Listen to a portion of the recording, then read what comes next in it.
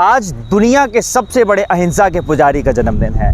वो अहिंसा का पुजारी जिसने पूरी दुनिया को एक नया मार्ग दिखाया, जिसने बम बारूद और तलवारों से एक अलग हटकर विचारों से, लोकतांत्रिक तरीके से, जनवादी तरीके से और सबको एक साथ लेकर चलने की शक्तियों से ओतप्रोत किया। मैं बात कर रहा हूँ बापू की। आज उन्हीं का जन्मदिन है।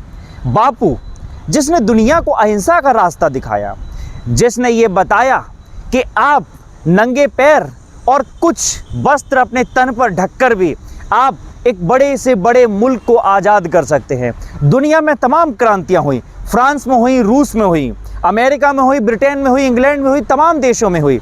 लेकिन अगर कोई एक राष्ट्र की आज़ादी सिर्फ बम बारूद के बिना हुई है तो उस श्रेणी में और इस सूची में सिर्फ एक नाम आता है, वो है भारत।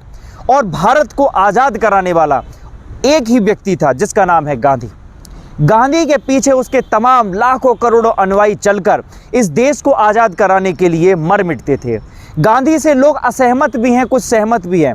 गांधी को लोग कुछ हिंदूवादी कहते हैं तो कुछ कहते हैं कि ये मुस्लिम परस्त थे, लेकिन वास्तविकता में गांधी सिर्फ नागरिकता को ध्यान रखते थे। वास्तविकता में गांधी सिर्फ इस बात की सोच का आवाहन करते थे और इस बात को आगे बढ़ाने का विचार करते थे कि किस तरीके से लोगों के जीवन में खुशहाली आए, किस तरीके से लोग एकजुट रहें, किस तरीके से हिंदू, मुस्लिम, सिख, ईसाई भाईचारे के साथ एक दूसरे के साथ रहें, किस तरीके से ठाकुर, ब्राह्मण, बनिया, क्षत्रिय और शूद्र, जाटव कोई भी हो, सब लोग एक मिलकर समरसता के साथ एक रस होकर अपने राष्ट्र निर्माण को करें। गांधी ने वो सिखाया। लेकिन दुख इस बात का है, आज भी देश में तमाम लोग गांधी को गाली देते हैं। गांधी के बारे में 4 किताबें न पढ़कर उनको सोशल मीडिया पर 400 गालियां देते हैं। उन्होंने गांधी के बारे में कभी नहीं पढ़ा, उन्होंने गांधी के बारे में कभी समझा नहीं, गांधी के विचारों को उन्होंने कभी पढ़ा नहीं। लेकिन वो लोग अगर पढ़ते हैं तो व्हाट्सएप फॉरवर्डिंग के मैसेज पढ़ते हैं, वो इन मैसेजेस को देखते हैं और ये कहते हैं कि गांधी तो फलाना था, गांधी तो ढीकना था, गांधी ने पाकिस्तान का निर्माण किया, गांधी तो जिन्ना के दोस्त थे, गांधी के तमाम महिलाओं के साथ अवैध संबंध थे। लेकिन सच बात यह है, गांधी एक राजनीतिक संत था। गांधी ने इस देश को गढ़ा, गांधी ने देश को बताया और भारत को बताया, और गांधी के पदचिन्हों पर चलकर मुल्क के तमाम लोगों ने इस राष्ट्र निर्माण को आगे बढ़ाया। आज देश के 75 साल पूरे हो चुके हैं। इन 75 सालों में अगर किसी विचार ने इस देश को आगे बढ़ाया तो वो है गांधी का विचार। गांधी के विचारों ने देश को आगे बढ़ाया और लगातार ये बताया कि किस तरीके से दुनिया एक हो सकती है। गांधी के विचार संयुक्त राष्ट्र महासंघ भी मानता है। गांधी के विचारों को मार्टिन लूथर किंग, जो कि अमेरिका का था, वो भी मानता है।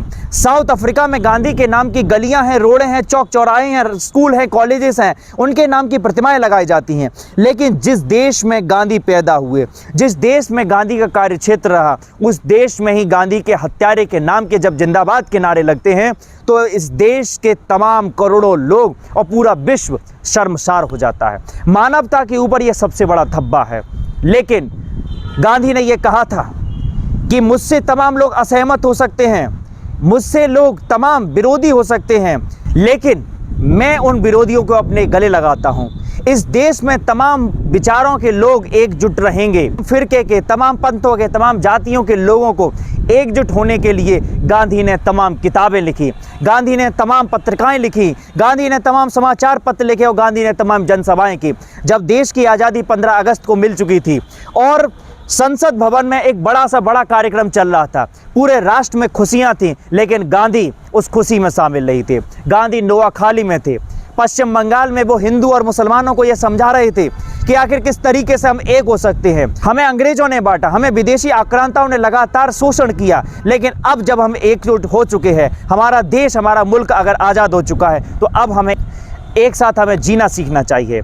धन्यवाद। मेरा नाम है पीयूष परमार। गांधी के प्रति मेरे विचारों को आपने किस तरीके से लिया? अगर आपको पसंद आए तो लाइक करें, कमेंट करें, शेयर करें और कमेंट अवश्य करें। भले ही आप विरोधी विचारधारा के हों, भले ही आपको ये विचार पसंद ना आए, लेकिन विचार अवश्य करें इस बात पर कि गांधी के बारे में हमें 4 किताब पढ़नी चाहिए, न कि 400 गालियां देना।